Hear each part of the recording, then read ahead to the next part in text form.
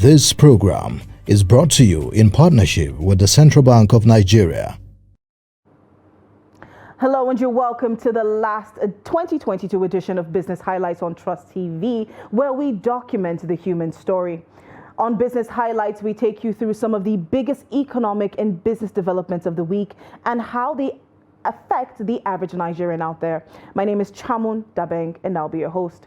Now, as we prepare to move into 2023, there is a need to reflect on the soon-to-be past year. The economic world in 2022 was filled with ups and downs, and several sectors of the Nigerian economy suffered as a result of global inflationary pressures that were brought on by the Russia-Ukraine war, the lingering effects of the COVID-19 pandemic, forex challenges, insecurity, oil theft, and so much more. And we're going to be reviewing some of the events for the year 2022 right after the break. Please stay with us.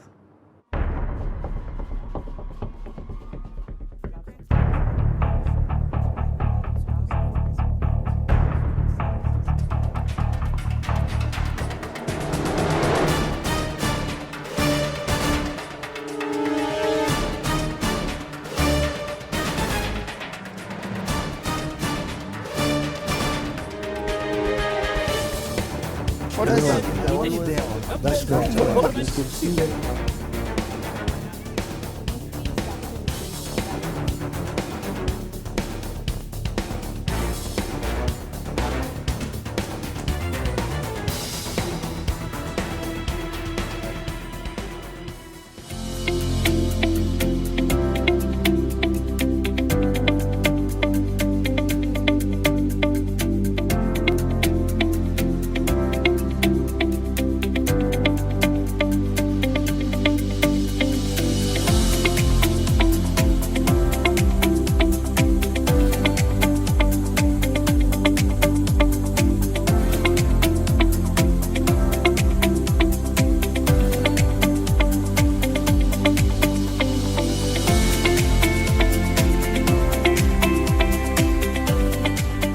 This program is brought to you in partnership with the Central Bank of Nigeria. You're welcome back to Business Highlights on Trust TV, and once again, my name is Chamun Dabeng. Now, since there was so much that went down during the year and we only have 30 minutes on the show, we're going to be focusing on few key issues today, and we're starting with Nigeria's inflationary pressures, which has stayed on an upward trajectory with each CPI getting higher than the next. Now, joining me in the studio today is business consultant and public affairs analyst Agaba Wilson. Agaba, you're welcome to the show. Thank you very much. Now, 2022 has been a very interesting year. Oh, It's not even interesting in a necessarily good way, but it's just been a year to literally sit down and speculate. Now, what do you make of so many of the events that have gone on within 2022, especially within the Nigerian economy?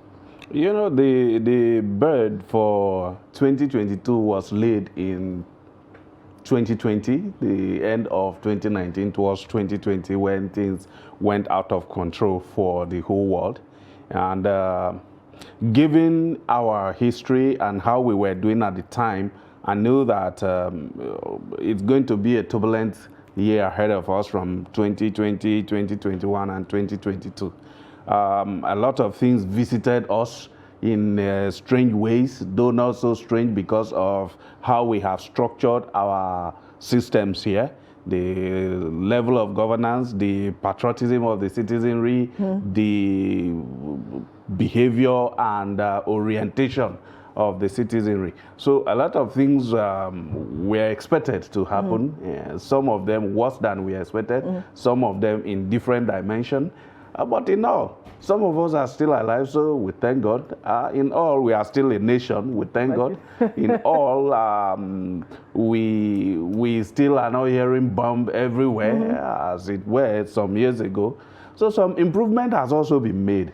All right, so we don't digress too much. As we said, we're going to be taking a look at Nigeria's inflationary trends for the past 1 year. Yeah. It's been on an increase monthly basis. Now let's take a look at the 12-month series. Let's see how it started. Now, if you take a look at it from December 2021, it was a 15.63, and January 2020, you could actually see that there was a drop moving from to 15.6%. And then from February down to November, where we are today, there has been an upward trajectory, just going higher and higher. Now, looking at these figures, what do you really make of it? Is it really a shocking thing to see Nigeria's inflationary trends keep trending upward?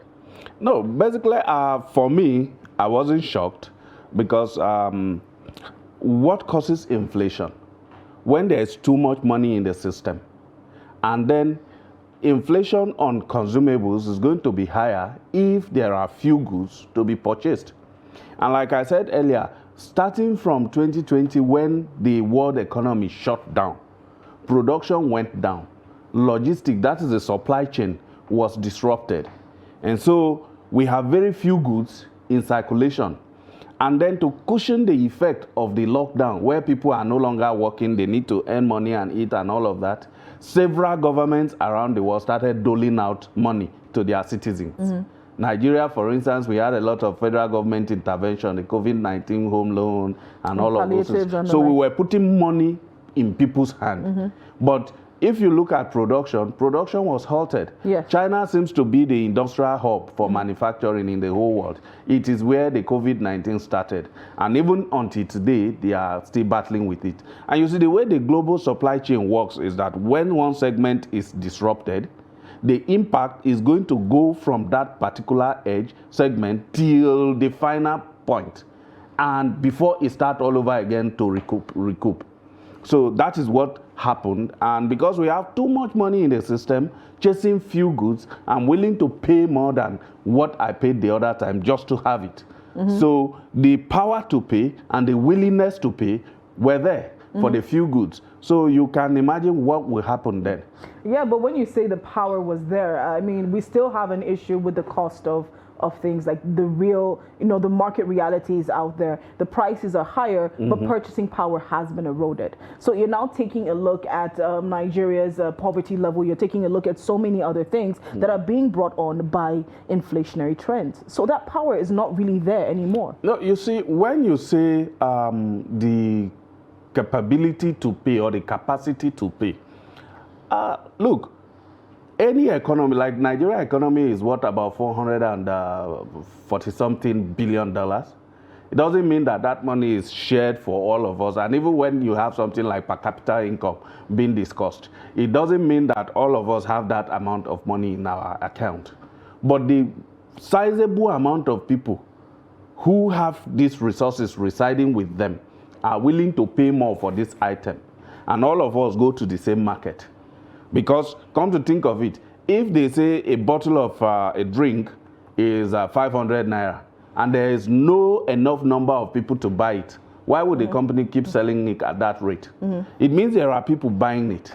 So as much as you and I may not have enough fund in our hand, there are a sizable number of Nigerians that have this fund and are willing to pay more. And that is why the price of things keep going up. All right. So we spoke to a few Nigerians out there within the market, actually, to see what the realities are, what they're really facing, and the reactions that Nigerians have actually given to them, that's the sellers themselves, to the price increase and how it has affected their own daily income. So let's take a look at that. The price of foodstuff in the market have continued to skyrocket, with both sellers and buyers complaining bitterly. Many attributed this to inflation. Most of the food consumed by Nigerians, including rice, fish, and vegetable oil, are mostly imported. Local farmers were incapacitated due to activities of bandits in the northern parts of the country, which led to insufficient locally produced food. Traders at Akindeko Market in Osogbo, Osun State, said the price of foodstuff has gone up, resulting to low patronage by consumers. A bundle of airy fish is now between 28,000 naira and 29,000 naira. A bundle of mackerel fish that was 12,000 naira some years ago is now 55,000 naira. Prices of items have multiplied by 3 to 4 times. It's beyond expectations. We only need God's intervention. Prices of foodstuff have gone up.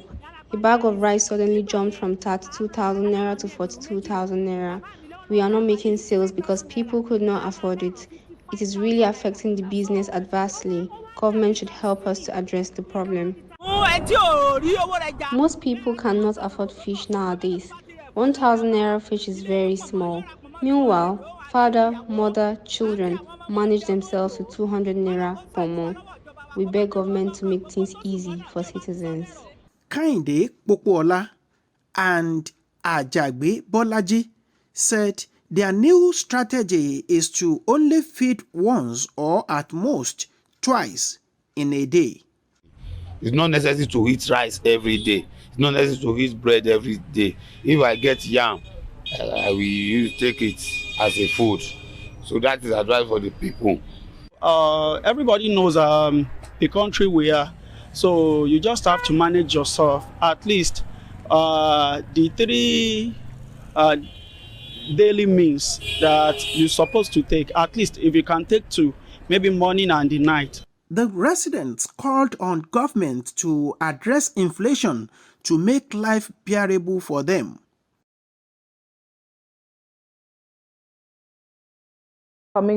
There you have it, coming from two different perspectives there, from the sellers and also the buyers. You have the residents coming out to speak, and listening to the residents themselves, it just gives you a complete image of how pathetic the situation is right now, where you have people saying, oh, you don't have to eat 3 times a day. Maybe if you do it once or you do it twice, then it should be okay. Just manage your pocket. Now, what do you make of this? I mean, we're sitting down here and we're talking about, capabilities to buy certain things, and you're also considering the purchasing power of Nigerians out there. Now, let's not forget that NBS recently said that 133 million Nigerians are dimensionally poor. Yeah. Multi-dimensionally poor, pardon me. And looking at that figure, it's already a very scary figure, because Nigeria's population is a little over 200 million. You know, we don't have much time, so I'm going to try to stay as closely to the topic as possible. We have a problem of income distribution. All right, there are a tangible number of people with a lot of money that they cannot do much with. And there are a large number of people that have close to nothing. And this is a segment that we have seen in our interview. All right. So, and we all know the causes of all this bad governance and all of that stemming from the incessant corruption or the institutionalized corruption that we have in the country, where a few people take so much that they can never exhaust in their generation, in all of their generation. And you know when the Naira was redesigned, what started happening, a lot of money stuck in places that has gone bad and all of that. So this is one of the very obvious effect of corruption on the country. There is money in some segment. There are a lot of people languishing in poverty. And like they mentioned in the this thing, much of our food, grains and the rest of them are produced in the northeast and the northwest, and then the north central supports a lot with all of that. But what you saw in the last 1 decade being the destabilization of the northeast, and then it spread to the northwest and then the north central in recent time with banditry and all of that. People have been dispossessed of their land. Even if you farm, you can't go back out there to harvest. And I had news of people who have to pay taxes to bandits to be able to harvest. The cost gets added to the price of their goods. And when they sell it, they sell higher. It gets to the market, it's at a higher level and all of that. So we have a serious problem of income redistribution. And one way to combat that will be for us to take the fight against corruption seriously. We may not be able to eliminate it at once, but we can do a drastic reduction in the corruption, and then some of these things will naturally give way. All right, so as we said earlier on, as many of us actually know, the Nigerian economy has suffered so many shocks. I mentioned a few earlier on, from insecurity, the Russia-Ukraine war, and so many other, issues and challenges that the country is facing now. Now, we've seen the Central Bank of Nigeria create and implement policies that are supposed to help curb some of these shocks or control some of these shocks. So we're going to be getting into that right after the break. Don't go anywhere.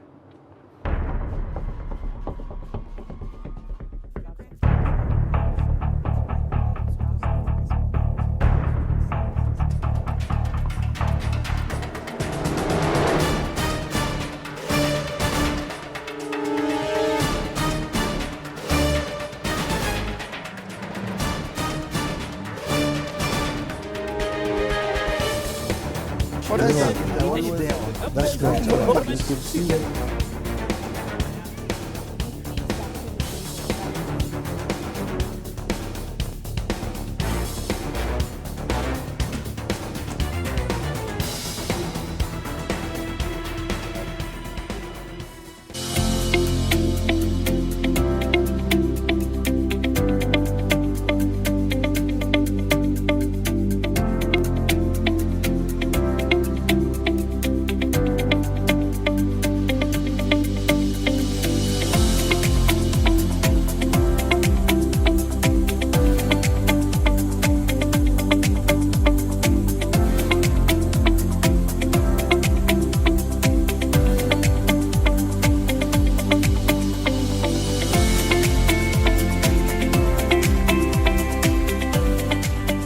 This program is brought to you in partnership with the Central Bank of Nigeria. You're welcome back. My name is Chamon Dabeng and you're watching Business Highlights on Trust TV. I'm still here with Agaba Wilson Agaba, and he is a business consultant and public affairs analyst. And we're just taking a look at Nigeria's economy so far throughout the year of 2022. We've taken a look at Nigeria's inflationary trends, and we want to, just take a look at CBN policies that were created and implemented in order to sort of curb some of the economic shocks that Nigeria had suffered. So we've seen the Monetary Policy Committee increase the MPR 4 consecutive times. We've seen the RT200 that was introduced this year to sort of help out with our forex problems, and the new Naira redesign, pardon me, and just a couple of other policies that have been designed by the Central Bank of Nigeria. Mr. Wilson, what do you think about these policies? How well have they worked in sort of handling Nigeria's economic issues? Usually when there is an inflation in the economy and you want to reduce it, the first go-to tactics is to mop up money from the system. And that's what they try to do by hiking the MPR, which eventually will lead to an increase in interest rate, thereby discouraging borrowing and thereby reducing money available to the users. And then another thing they could have done is the open market operation, buying back selling more treasury bill, getting more debts, causing people to bring what they have to you. But most of that didn't work because, like the CBN governor said when they introduced the redesigning of the Naira, that more than 80% of the currency that were supposed to be in circulation were not in the financial system. So it takes the control of the money in your system out of your hand when they are not in the financial system. Okay, I think that is what informed the redesigning of the Naira to force those who have stored it outside the system to bring it into the system. The advantage of that is that the money is now available to the financial system. Mind you, the job of the financial system is to pull money from places of surplus and make it available to places of need. So let's say I have a project that needs 10 billion naira and there are about 1,000 people with 1 million naira in their houses or in their accounts, and they are not using it. Yes, if it's in the bank can pull this money together and give it to me and start that economic activity, employ more hands, pay more taxes to the government, and those people also pay taxes. They also have money to feed their family and all of that. So it goes around, and those people who have the money get to earn from it. The bank gets to earn from it and also recruit more people, So this is how it goes around. But when the money is inside somebody's sockaway or tank or wherever it is buried, it is not available for the economy, So I think that's what led to that. And the other leg of the policy, which places a withdrawal limit, is to stop the reason why we are redesigning from happening all over again. All right. So if you place limit, it becomes difficult for people to take it out and then keep it in their houses. And then, of course, we have been encouraging banking. More people should move into the financial system, which led to the creation of the e-Naira and all of that. So to a large extent, this will help the government to fix this kind of situation in the coming years, if properly implemented. Although you can see that we are already fighting some of the policies. We have increased the limit of withdrawal. We have also, the Senate has also started asking for the extension of this thing. You know, another side of it was to curb issues of election rigging through vote buying and all of that. But the Senate is trying to help us jump that by saying we should extend the deadline till June 31st. Yes. It was also to make sure that we remove the incentive for bandits and all those kidnappers who have been kidnapping people and collecting cash. So it's either you bring the cash to the system and they use it to trace you, or you keep the cash where it is and you have been dispossessed of purchasing power. Thereby you can't fund more insecurities and all of that. But you can see the system is fighting itself. So those policies were well intended. Implementation is what I have pointed out for you. Implementation is usually a problem because the people who should actually drive it end up fighting it. So those are some of the issues around the CBN policies. All right, so I want to take a quick look at some of the Monetary Policy Committee decisions that have gone on for the past year. Now, of course, we can't take a look at every single month that it has happened, but we'll start off from May, which is when they actually implemented the first increase after 2 years, moving it from 11.5 to 13%. And, you know, the next thing in July, there was also another increase. And then September, there was another increase. And November, there was another increase, and which is the last one that we're looking at. So it seems that with each increase, it's sort of, you know, following inflationary trends. So the higher the inflation, the higher the NPR becomes. And we've also seen a recent increase in the CRR, pardon me, moving to I think about 32.5%. Looking at these increases, at the trends or the manner, the patterns so far that the CBN has actually followed, are we anticipating another increase come January, because that's going to be the first for the year 2023? I think that whether that increase will happen or not would depend so much on how well we implement the current Naira redesign and withdrawal limit, and see how it affects the economy. If it begins to bring down the inflation rate, then they are not likely to improve it. Because if you see, when you hike the cash reserve ratio, you are basically telling the banks that this amount of money must always be reserved in your own account. And what does that do? It limits them from borrowing it out. So it's all in the intent to reduce the capacity of the banks to borrow to people and to make borrowing less attractive. But it also has another leg, which is if you make borrowing less attractive, it means cost of capital becomes higher for businesses, and then it will stifle production. And when production is stifled, what happens? Less goods being chased by the remaining amount of cash in the system. And then, of course, price keep going up. You know, so they have to have a multi-pronged approach to this issue.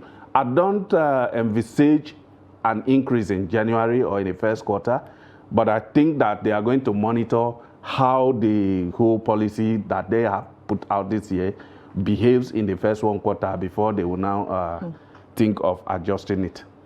All right, so my final question really is still on the Monetary Policy Committee. Now, we've seen them increase the NPR on a consecutive basis. Do you think that after the first increase, which was made in May from 11.5 to 13%, should the CBN have waited a little bit to see how the new policy would have reacted to Nigeria's economy? Give it a little bit of time to sort of permeate and actually do something before moving on to the next increase? I think when the first increment was done, you look at the inflation rate, it was still flying. So you need no soothsayer to tell you that this didn't work. So they went ahead and increased again. One would do that, actually. I don't know the data before them when they take their decision. I don't know the level of research that goes into it, but I want to believe that at the Apex Bank, they would have done a lot in that dimension. But you want to look at every situation. Where is the problem coming from? You would have done some data analysis to see which one is having the highest impact on this problem. And so let's try to bring it down. Maybe they saw that the monetary policy rate had the highest impact. And so as a result, they kept increasing it and then working on cash reserve ratio.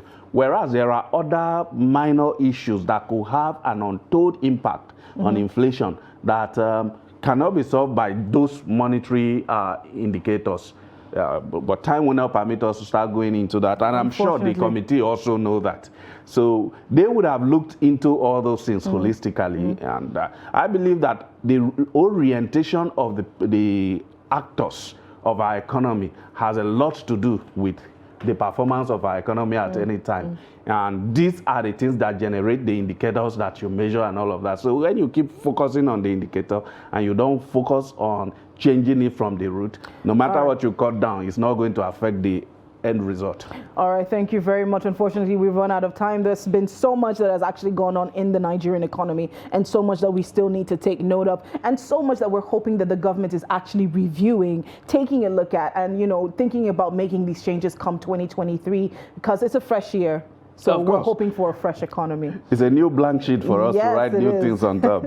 It brings hope. Yes. Well, we've come to the end of our show for today, and I would like to thank my guests in the studio. Thank you so much, Mr. Wilson, for being a part of the show. And to our viewers out there, thank you so much for watching. On behalf of Trust Television, I am wishing you a happy new year in advance. I hope that, like we said, it's a new slate, it's a new beginning, and I hope that you take advantage of that. Well, my name is Chamun Dabeng. Until next year, please do take care.